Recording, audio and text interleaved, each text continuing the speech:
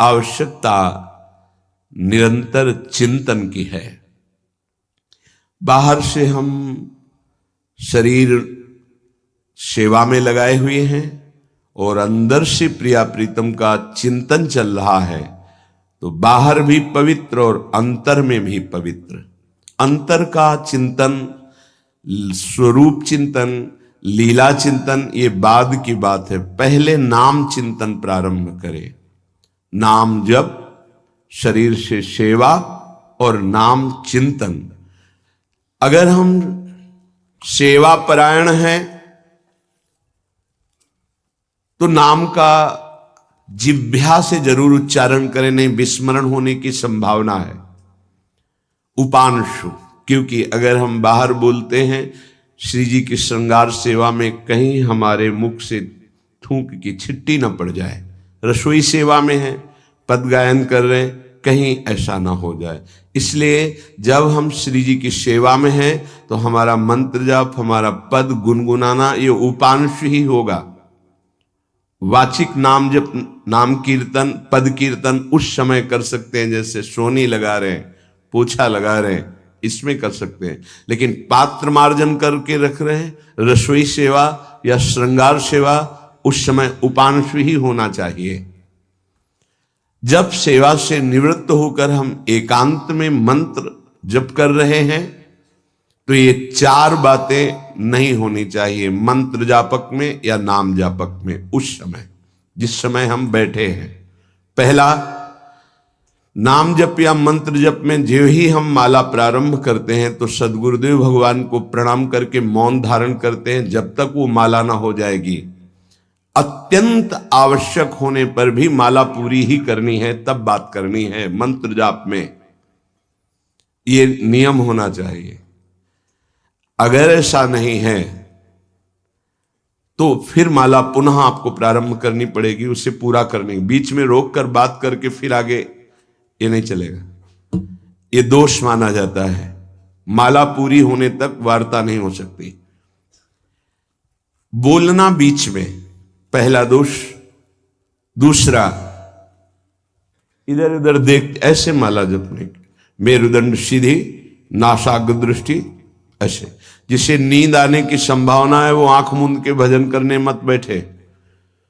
नहीं, कंबल या शाल ओढ़ा, आंख मूंछ ली तो माला छूट जाएगी और आपका समय व्यतीत हो जाएगा नींद में। ऐसा प्राय होता है। कठोर आसनों पे बैठ करके नींद ना आवे इसलिए नासाग्र दृष्टि रख के जप किया जाता है। उस मंत्र का ध्यान करते हुए आंख खुली हुई, बार बार पलक झपकना ऐसे ऐसे ये नहीं, नासाग्र दृष्टि रखते हुए मंत्र जप करते हुए बोलना नहीं। जैसे 11 माला का नियम दिया है गुरु मंत्र का, तो जिनकी विशेष विशेष सेवाएं हैं, जब आपको समय मिले, जितना मिले अधिक से अधिक आप मंत्र जाप करें। जब आप आसन पे बैठकर मंत्र जाप कर रहे हैं तो बोलना नहीं है, माला पूरी होने पर ही बात करें अगर कोई अत्यंत आवश्यक है। दूसरा, इधर उधर गर्दन हिलाना, देखना ये नहीं। मेरुदंड सीधी, आंख खुली हुई, आंख मूंद के नहीं जपना। एक महाभागवत की पत्नी निरंतर भगवदाकार वृत्ति में रहती थी। उनके पति जब पूजा में बैठते तो आंख मूंद करके बैठते, ध्यानस्थ ऐसे। एक बार उन्होंने पूछा, प्रभु आपके आंख मूंदने और आंख खोलने में अंतर पड़ता है क्या? तो उनका पड़ता है। तो बोले आपकी पूजा अधूरी। हम चाहे बाहरी दृष्टि में हो या आंतरिक दृष्टि में हो, एक ही चिंतन होना चाहिए। आंख खुली हो या आंख बंद, तभी सच्चा उपासक है। तीसरा, हिलना मंत्र जाप के समय। ये कीर्तन में हो सकता है, पद गायन में हो सकता है, लेकिन मंत्र जाप के समय हिलना नहीं, ये नहीं। गर्दन घुमाना, बात करना। चौथा, हंसते हुए प्रपंच की वार्ता करना, हंसी मजाक चल रही। बोलना मतलब उत्तर देना, चौथे में जो हंसते हुए प्रपंच वार्ता करना। बैठे हैं कुर्सी में 3 लोग, माला हाथ में, प्रपंच की वार्ता। अपमान कर रहे हो माला का, मंत्र का। आप क्या कर रहे हो? उपहास कर रहे हो। 4 लोग जा रहे हैं, माला सरक रहा है, बातचीत कर रहे, तो माला सरकाने से थोड़ी भगवत प्राप्ति होगी। जो माला की एक भी मन का नाम और मंत्र से खाली ना जाए, उसका चिंतन करते हुए, वो आंतरिक चिंतन को बढ़ाने के लिए माला है। माला सरकाने से थोड़ी भगवत प्राप्ति होती है। माला की मनका के सहारे से हम प्रत्येक मंत्र का चिंतन करके, उसका श्रवण करके, मनन करके तब फिर आगे बढ़ते हैं। ये थोड़ी कि जल्दी जल्दी किसी किसी की माला को तो देखते हैं कि इतनी रफ्तार से कैसे चल सकती है। अगर हम केवल राधा नाम भी जपें तो इतनी रफ्तार से नहीं चल सकता, क्योंकि हमें लिखना है राधा राधा। फिर अष्टादशाक्षर मंत्र या द्वादशाक्षर मंत्र, फिर इन मंत्रों को तो कैसे आप इतनी जल्दी, कैसे बिना अक्षर मात्रा दर्शन के कैसे आप मन का सरका दिए? 11 माला बहुत होते हैं। अगर जिस पद्धति से कहते 11 माला कर लो तो बहुत जल्दी मानसिक सिद्धि प्राप्त हो जाए। सामने मंत्र लिखा हुआ है, हर बार नवीन मंत्र की रचना कर रहे हैं। हर मन के पे, एक मन के पे पूरा मंत्र लिखा, फिर एक मन के पे पूरा मंत्र, फिर मन। देखो मन कहां भाग के जाएगा। मन निर्विषय हो जाएगा, सच्चिदानंद की तरफ दौड़ पड़ेगा मन। जबके समय किसी को उत्तर देना, इधर उधर देखना, शरीर को हिलाना, हंसते हुए हंसी मजाक वार्तालाप करना, 4 बातें जब में निषेध है। जब काले न भासेत नान्यानि प्रेक्षेत बुधा न कंपेत शिरोग्रीवाम दंता नैव प्रकाशयेत। 4 बातें। ए हंसी मजाक, 2 साधक चल रहे रास्ते में, माला भी चल रहा, हंसी मजाक। तुम्हारे पास समय कैसे, तुम्हारा माला कैसे चल रहा है? तुम वार्ता कर रहे हो, हंसी मजाक कर रहे हो, ऐसा नहीं, इतने सिद्ध नहीं हो गए हो। जो शास्त्र जब काले न भाषित नान्यानि प्रेक्षित बुधा न कंपेत शिरोग्रीवाम दंतान नैव प्रकाशयेत। माला जपते समय ये ऐसे हिलना डुलना, शांत, हंसी मजाक, न दंतान नैव प्रकाशयेत, दांत नहीं दिखाई देने चाहिए। गुरुमंत्र के समय तो मुख से वायु भी नहीं निकलनी चाहिए, मुख से। बस ये स्थिति। थोड़ा दांतों के बीच में जगह है, जिह्वा का अग्रभाग ऊपर के दांत के जोड़ पे है, हल्की सी नाक की श्वास से मंत्र का उच्चारण है, उसी का श्रवण है, और नेत्रों से दृष्टि में हम देख रहे हैं। भगवदाकार मंत्राकार वृत्ति करनी है। प्रभु के मंगलमय नाम उच्चारण करने से करोड़ करोड़ जन्मों के पापों का नाश होता है, ऐसा शास्त्र और ब्रह्म ऋषियों ने निश्चय किया है। भगवान का नाम उत्तम श्लोक है, पवित्र कीर्ति है। जो नाम जप करता है वो पवित्र कीर्ति वाला हो जाता है, वो उत्तम श्लोक भगवान को प्राप्त कर लेता है, भगवत स्वरूप हो जाता है। इस मार्ग में चलने वाले उपासक से, चाहे वो ज्ञान मार्ग का हो या भक्ति मार्ग का हो, कोई पाप बन जाए तो शास्त्रोक्त प्रायश्चित करने की आवश्यकता नहीं है। जैसे कृच्छ व्रत, चंद्रायण व्रत, बड़े बड़े कठोर व्रत पापों का प्रायश्चित करने के लिए हैं। वो केवल नाम जप, नाम कीर्तन अपना बढ़ावे, उसी से सारे प्रायश्चित हो जाएंगे। जप करने वाले को अन्य प्रायश्चित करने की आवश्यकता नहीं है। जब तक अनंत जन्मों के हमारे पाप हैं, तब तक हमारी नाम में रुचि नहीं होती। ये बहुत ध्यान देने का विषय है कि जब नाम की इतनी महिमा है तो सब लोग नाम में क्यों नहीं लगते? बोले इसलिए नहीं लगते कि इतने पाप हैं कि नाम की तरफ रुचि ही नहीं हो सकती। जैसे कोई कहे कि चीनी चीनी चीनी कहने से तो क्या मुंह में मिठास आ जाएगी क्या? भोजन भोजन भोजन करने से क्या पेट भर जाएगा क्या? तो ऐसे ही कृष्ण कृष्ण राम राम राधा राधा करने से क्या राधा मिल जाएंगे क्या? बड़े तर्क होते हैं ना दिमाग में। वो जड़ वस्तु है, वो न पहले थी न बाद में रहेगी, बीच में भी उसकी सत्ता नहीं है। नासतो विद्यते भाव।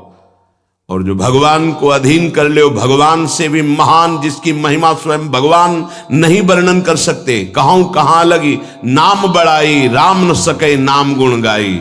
वो इन भौतिक पदार्थों के नाम जैसा नहीं है, वो सच्चिदानंद है। स्वप्रधानमेव पुरुषोत्तम कीर्तनम पाप प्रध्वंसन हेतु। जो भगवान पुरुषोत्तम का नाम कीर्तन करता है, उसे अन्य साधन करे या न करे, प्रधान साधन नाम जप या नाम कीर्तन उसके सर्वस्व पाप का नाश कर देता है। किसी दूसरे प्रायश्चित के स्पर्श की भी आवश्यकता नहीं है। केवलमेव हरि कीर्तनम कृष्ण पापक्ष हेतु नान्य समुचितम नतरा मन्यांग भूतम। केवल नाम जप नाम कीर्तन संपूर्ण पाप और पाप प्रवृत्ति को विध्वंस कर देता है। अन्य किसी साधन के अंगभूत की आवश्यकता नहीं है। हो रहा है अच्छा, नहीं हो रहा तो चिंता की बात नहीं है।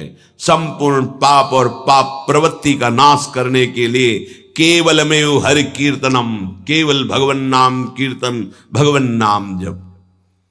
नरक हेतु संस्कार प्रायश्चित निर्वर्ते न सजाति योत्पादक भक्त्या पुनरुभव विधोपीति भक्तेरे वात्यंतिक शुद्ध हेतुत्व न कर्मणाम।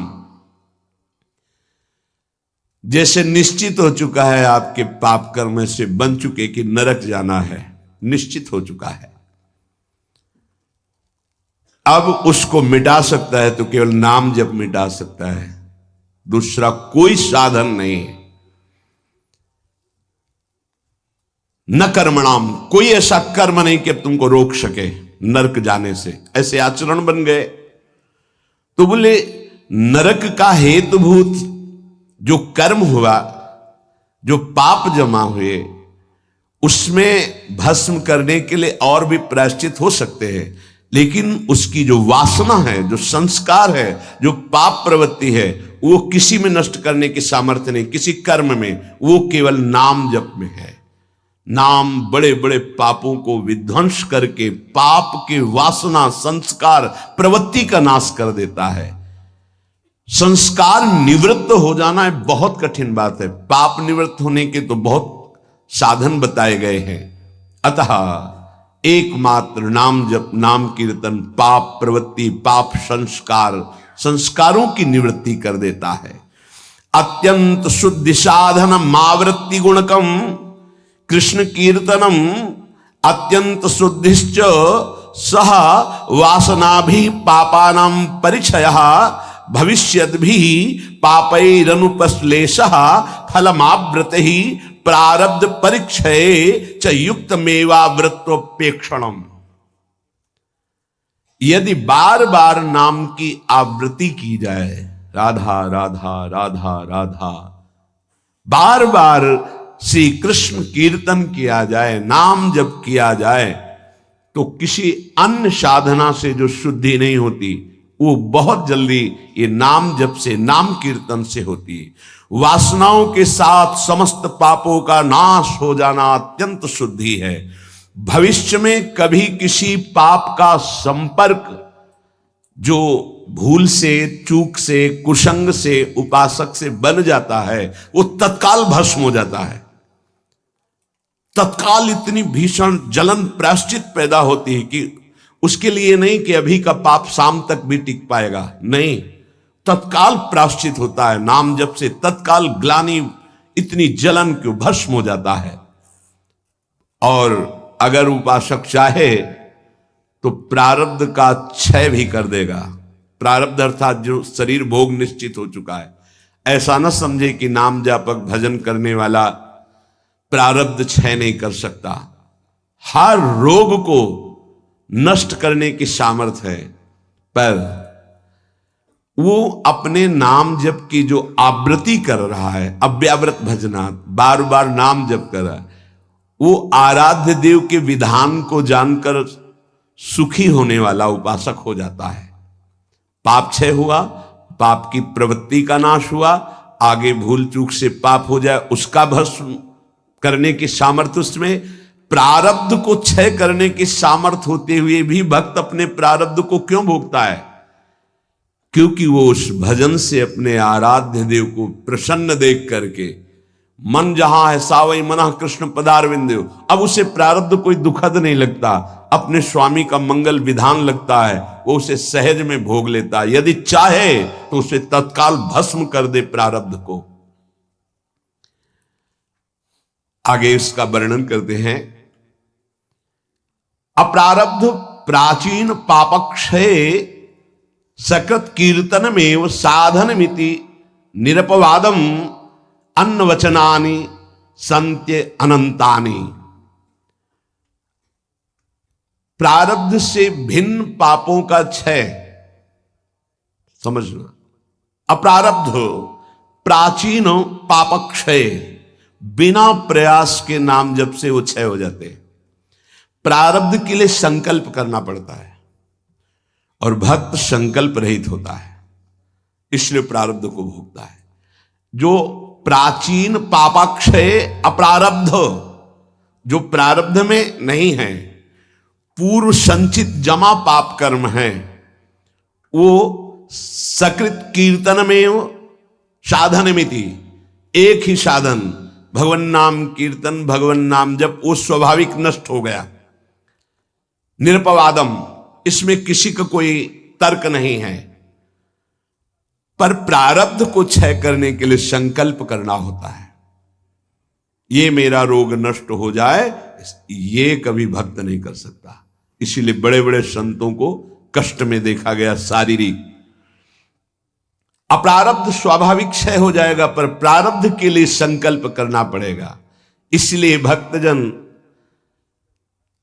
अत्र वचनानि संत्यनंतानि, संतों के अनंत वचन पाए गए। क्या कि जैसे मेरे प्रभु रख रहे हैं वैसे मैं बहुत राजी हूं, मेरे स्वामी जैसे मुझे रख रहे हैं, जोई जोई प्यारो करे सोई मुहि भावे, तेरा किया मीठा लागे। क्या बड़े बड़े महापुरुष के तेरा किया मीठा लागे। प्रभु आप जो विधान कर रहे हो वो प्रारब्ध क्षय के लिए संकल्प नहीं करते।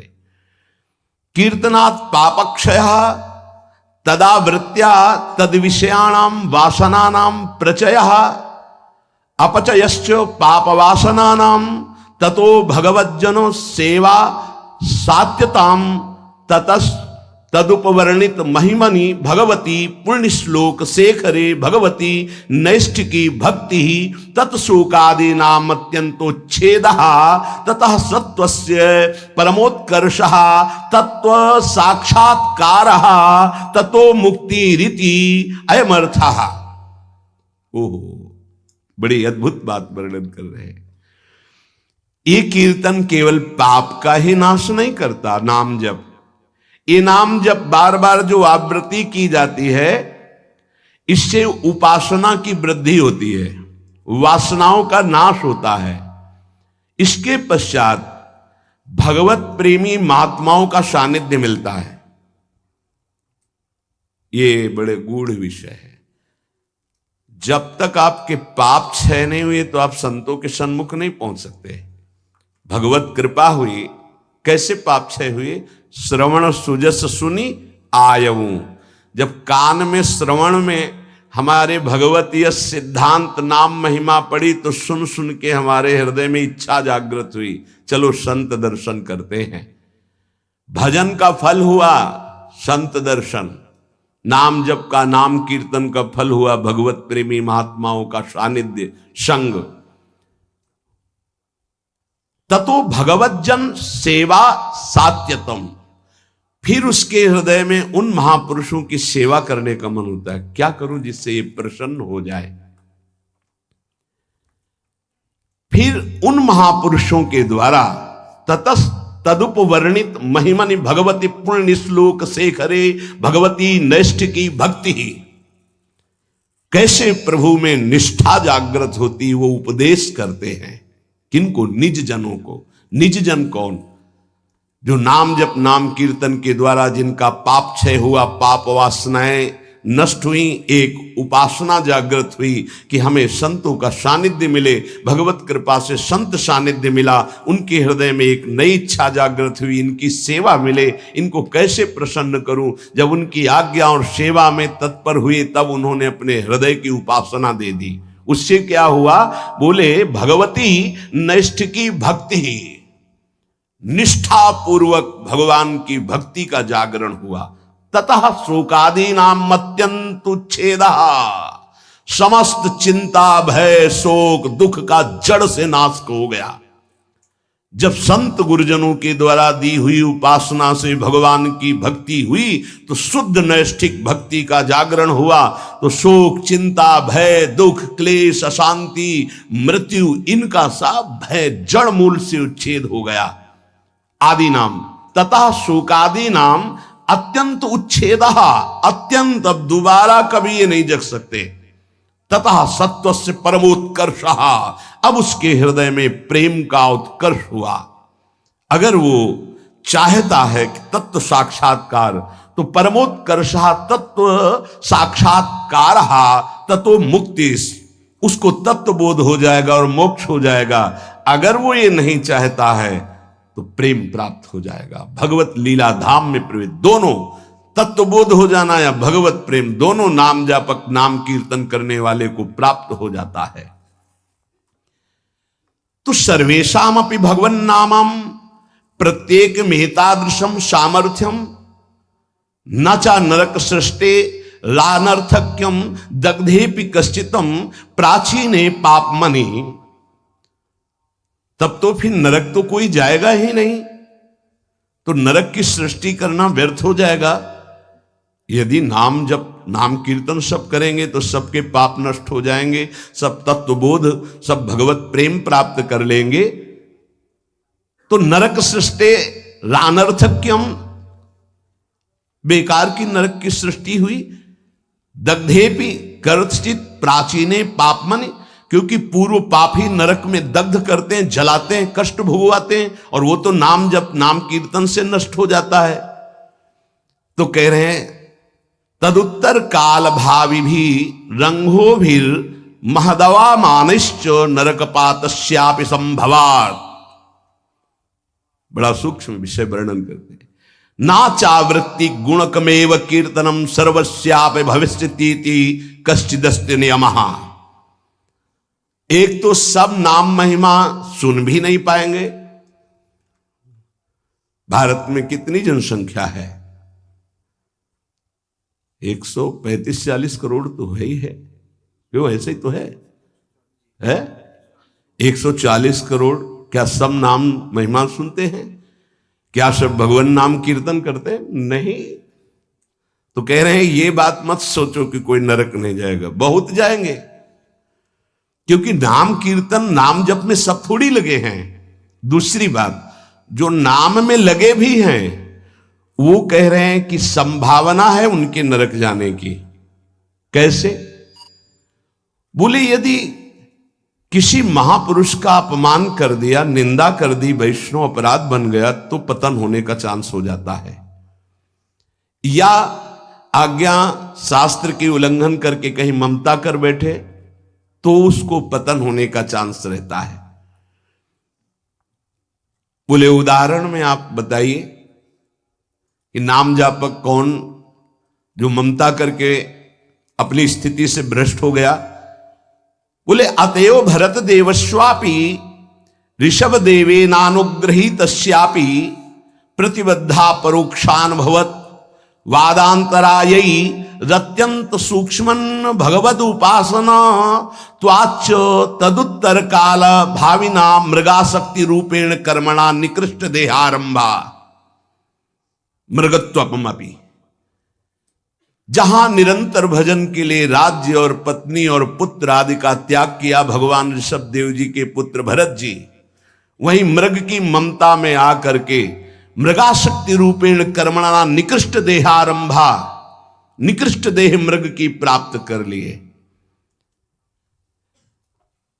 अगर ममता करेंगे चूक हो जाएगी, जन्म जन्मांतर के लिए कितना जाना पड़ेगा। उनकी सावधानी ये रही कि मृग शरीर में भजन किए तो अगले बोध संपन्न जड़ भरत जी के रूप में प्रकट हुए। अगर नाम जप कर रहे हो, भजन कर रहे हो और वैष्णव निंदा कर रहे हो, संत अपमान कर रहे हो, संत द्रोह कर रहे हो, तो आपको भ्रष्ट हो जाना पड़ेगा, अपनी स्थिति से गिर जाना पड़ेगा। जय विजय योश्च वैकुंठ वासिनोरपि ब्रह्मविदो मानादधा पतनम। ब्रह्मविद महापुरुष सनक सनंदन सनातन सनत कुमार का अपराध करने के कारण वैकुंठ में विराजमान जय विजय अधापतन को प्राप्त हो गए। ब्रह्मविदवमान जनितम ही दुरितम दुरत्ययम भगवद उपासनेनापि भगवद भक्तावमान जनितम च प्रपंचितम। कह रहे हैं कि जो ब्रह्म धाम में विराजमान वैकुंठ धाम में वो जब अपराध कर दिए भक्त का, सनक सनंदन सनातन सुमनत कुमार का, तो उनको 3 जन्म के लिए अधापतन हुआ और राक्षस भाव को प्राप्त हुए, दैत्य भाव को प्राप्त हुए। तो जो भगवत भाव मान जनितम च प्रपंचितम, जो प्रपंच दृष्टि रखकर नाम जप करते हैं, भगवत भक्तों का अपमान कर देते, निंदा कर देते हैं, तो महात्माओं का अपमान करने से उनकी गति बिगड़ सकती है। इसमें 3 बात बताई। पहले तो सब नाम महिमा सुनते ही नहीं है, सबके कानों में ही नहीं पहुंचती। अगर किसी के कानों में पहुंचती है तो बड़ा भाग्यशाली ही उसे पकड़ पाता है, नहीं तो छोड़ देता है। तो ऐसे लोगों की गति दुर्गति ही होती है। दूसरे जो नाम पकड़ते हैं उनमें कोई भाग्यशाली होता है कि किसी की निंदा स्तुति ना करते हुए, नाम जप करते हुए आगे बढ़ जाए। नहीं तो जहां नाम जप हुआ अपने में गुणाभिमान आने लग की संभावना होती है, अगर साधु संग ना हुआ, वो दूसरे संतों की फिर अवहेलना, निंदा, अपमान। देखो भाई, एक ही प्रभु हैं, 10-20 प्रभु नहीं है। उनके नाम अनंत हैं, उनके रूप अनंत हैं, उनकी उपासना अनंत है, उपासना की पद्धतियां अनंत हैं, मान सकते हैं। लेकिन प्रभु एक हैं, इसमें कोई संशय नहीं। अब प्रायः एक धर्मावलंबी दूसरे धर्मावलंबी की निंदा करना ही अपने धर्म की महानता समझी जाती है। हमारी समझ में कम आता है। हम किसी की निंदा कर रहे हैं, किसी का अपमान कर रहे हैं, किसी की अवहेलना कर रहे हैं, तो हम अपने आराध्य देव की आज्ञा का उल्लंघन कर रहे हैं। एकादशी स्कंद में परमार्थ का जब निरूपण वर्णन हुआ बीच में, तो उसमें था ना किसी की निंदा ना किसी की स्तुति। समझ में नहीं आता। हम समझते हैं हम अपने आचार्य की बहुत महिमा गा रहे हैं, अगर दूसरे आचार्य की निंदा कर रहे हैं, दूसरे इष्ट देव के नाम की निंदा करें, तो हम अपने इष्ट देव को बहुत प्रसन्न कर लेंगे। नहीं भाई नहीं, अभी समझ में नहीं आई, अभी बुद्धि ठीक नहीं है। सर्वम खलमिदं ब्रह्म ने नानास्ति किंचन।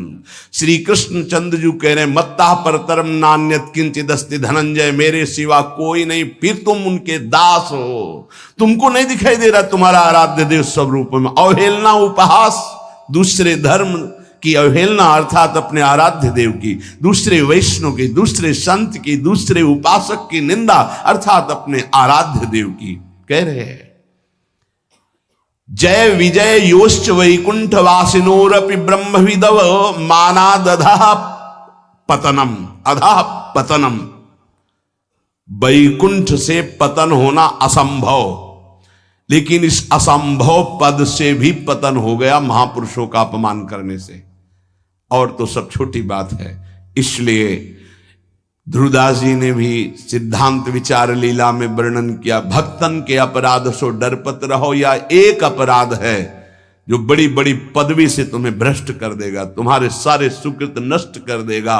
भक्तन निंदा अति बुरी भूल करे, जिनको के सुकृत बहु जन्म के छिन में डारे खोए। अगर कहीं कोई दंभ